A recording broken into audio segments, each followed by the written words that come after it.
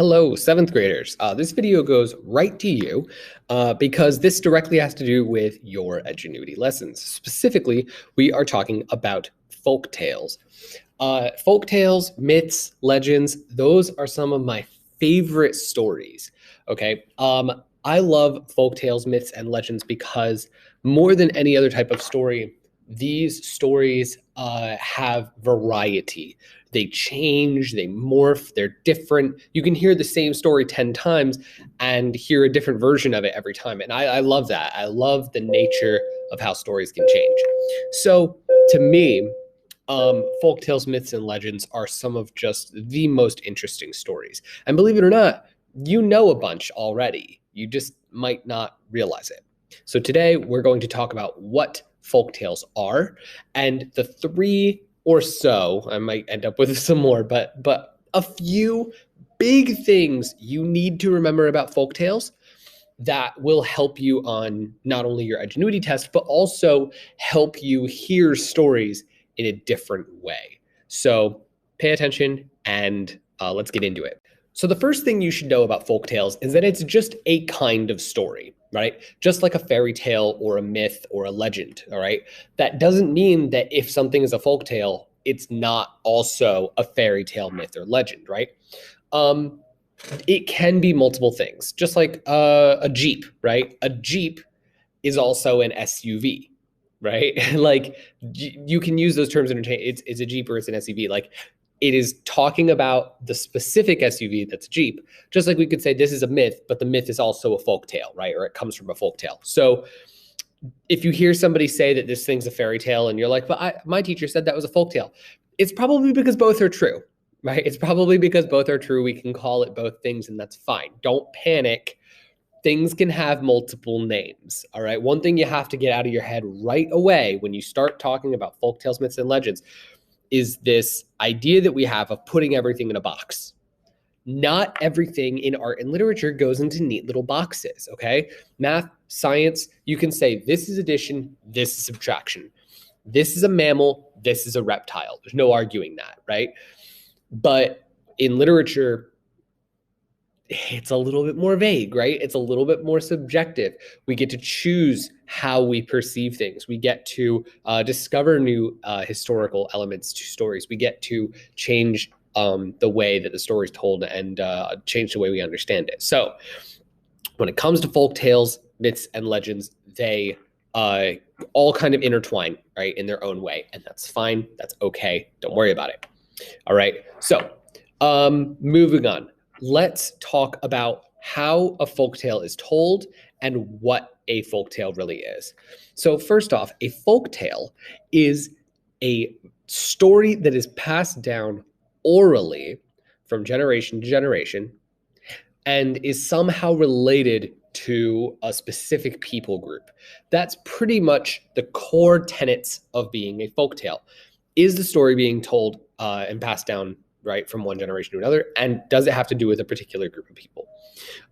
So examples of folk tales versus maybe like just a fairy tale would be something like the story of Cinderella versus Paul Bunyan. Cinderella is a story, it's a fairy tale that has been told in many cultures all over the world for literally thousands of years. Okay, Cinderella goes back a very long way. Ancient Egyptians told that story. Ancient Chinese told that story. The idea of a princess suddenly, arriving out of this, impoverished state, this poor girl becoming a princess, that's been told 1,000 times. Paul Bunyan is a very specific character. And if you don't know who I'm talking about, he's a giant lumberjack in American history who, he's not a real person. He's just a character who represented basically the grand wilderness of America and that can-do spirit. But the point is, that has to do with American tradition. That has to do with American history. That has to do with our folk tale, right? And then you have these stories that are passed down in oral tradition and do have to deal with a specific people group, but they're based on real people. All right. So an example of this is Johnny Appleseed. Johnny Appleseed was a real dude who really did travel across the US and really did plant apple seeds. And as far as we can tell, really did wear a bucket on it or a pot on his head, right? This is a real person, but he is passed into legend now. And that story of him has been passed down orally for many generations. So, these are just examples of how these stories can kind of, intersect. Cinderella, not really a folk tale because, yeah, while it might have been told orally, it was also written down very early. And it was written down by a lot of different people. And most people know pretty much the same version of the story now, in that it's based on the French story from the 19th century. So it's really not much of a folk tale anymore. It's very much a fairy tale. But you have these stories like Paul Bunyan that are very much a folk tale. They really only pass down verbally, and even when somebody does write it down or somebody does make a little TV show about it, it's really just parents talking about this character to their kids. And then you have this crossover with Johnny Appleseed. So my point here is that yes, you can identify elements of a folktale, and you might find those elements in things that might not at first seem to be folktales, but they are, right? So Johnny Appleseed, real person, real legend, but it has characteristics of a folktale. So that's the first thing to know. It's an oral story that is passed down from generation to generation and has to do with a particular people group. The next thing that you should know about folktales is that they don't follow our modern perfect version of a story. Today, we want our stories to have a lot of dynamic characters. We want things to change over time. These, static characters that exist in our stories today are usually like villains or side characters who aren't very important. These characters that stay the same over the whole course of the story, we kind of see them as boring. We want our characters to change, to have an arc, right? To go from being one way and then having a challenge and then turning around to being a different way. That is not how folktales work. Folktales are very short, and you need to understand the character immediately. So folktales, all of their characters are generally flat. They don't actually change or learn their lesson. The lesson is for you, the listener, not for the character. So, for example, the story of the tortoise and the hare, that's very much a folktale. It's a little bit of a fairy tale, right? It's a moral story. It doesn't have, as far as I know, any specific, cultural heritage. But I think the story is very old, but it's still definitely a folktale, in that it has all the other elements. So folktales will often include the following: a trickster character, some sort of magical character, some sort of lesson to be learned based on questions throughout the story, and the plot will move very fast and be very predictable. The point here is that you can listen to a folktale one time and remember just about all of it, right? You're going to hear particular characters over and over again. The trickster rabbit, the trickster fox, the trickster wolf, right? The character who's smart and witty and clever. Okay, wolves appear all the time. Snakes, foxes, these characters appear all the time.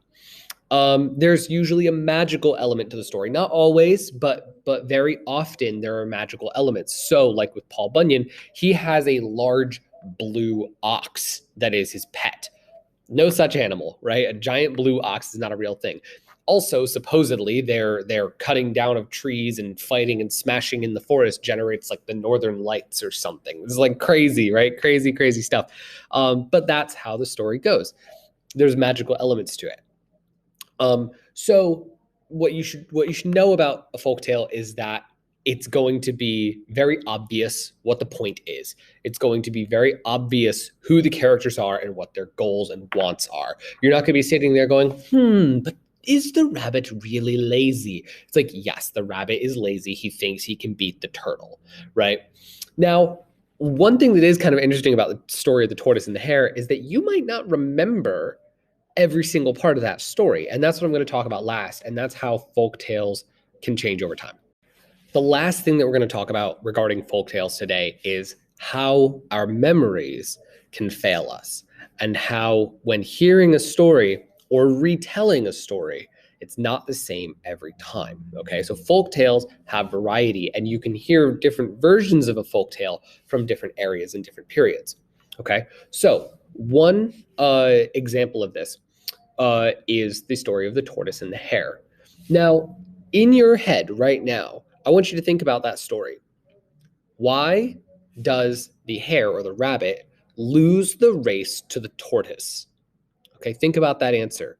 Why does he lose the race? Is there any reason for the tortoise to win that race that the tortoise actually does, right? What does the tortoise do to win the race, and what does the rabbit do to lose the race? Think about that.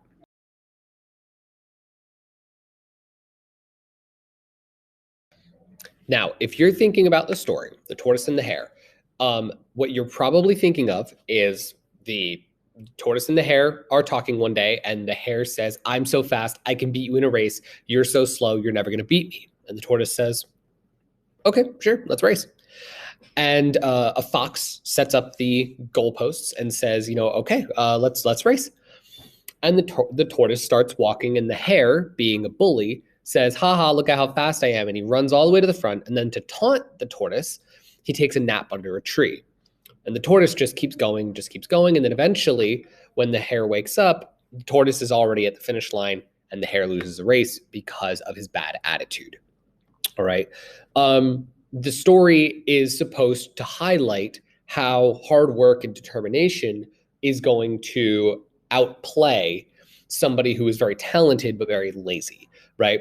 In many ancient stories, the attitude of the tortoise and the hare is more important than the actual race itself. Modern Western readers tend to perceive the story as mostly one of work ethic rather than one of attitude. But the point is, that's generally how the story goes. However, when I was a kid, I heard a different version.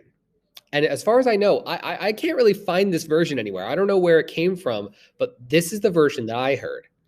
Everything that I just told you is the same, except that when the turtle got to the hare, the tortoise grabbed a stone and painted it in the colors of his shell and left it on the racetrack and then continued on. So when the hare got up, he saw that the rock was sitting in the racetrack, but he thought that it was the turtle, right? And he thought, oh, well, the turtle is obviously, going to lose because he's still right here. So the hare went back to sleep, and that's how the turtle won. That changes the story a lot because that makes the turtle into a trickster character. That means that, yes, hard work did let him win, but he also had to use cleverness to take advantage of the hare's weakness. That's a completely different story, right? It's not about hard work anymore. It's about outwitting your opponents, right? Which completely changes that story. And I think is honestly a worse version, but that's the version that I heard as a kid. And as far as I know, nobody else has ever heard this version, but that's the one that was told to me. So if you heard that story about the painted rocks, right? Please tell me, because I have no idea where that came from, but I remember very distinctly hearing that version of the story. So I would love to know where that came from. And it's just a really good example of how that story can change over time and how folk tales in general can change. So those are the big things that you should remember. Folk tales are told by oral tradition. They tend to be related to a particular people group. They teach a very simple, straightforward lesson. Their characters are very flat, and they typically involve some sort of magical elements or talking animals. If you can remember these basic principles, then you'll probably do fine on the exam.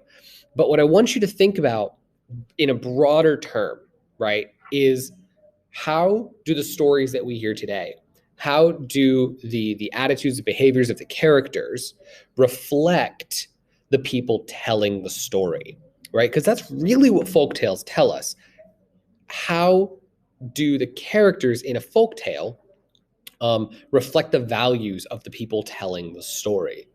So just like the tortoise and the hare, that story today represents hard work and determination.